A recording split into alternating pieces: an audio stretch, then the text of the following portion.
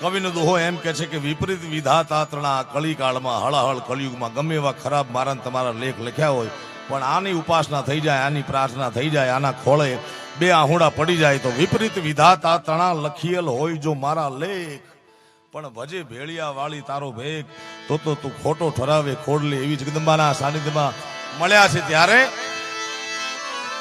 પ્રેમ રે ધરીને ખોડિયાર માતાજીને તેડાવો, પ્રેમ રે ધરીને એ ચારણની દીકરીને તેડાવો, ઢોલ ને નગારા હે ઢોલ ઢોલ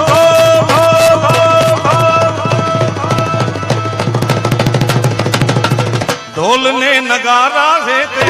વગડાવા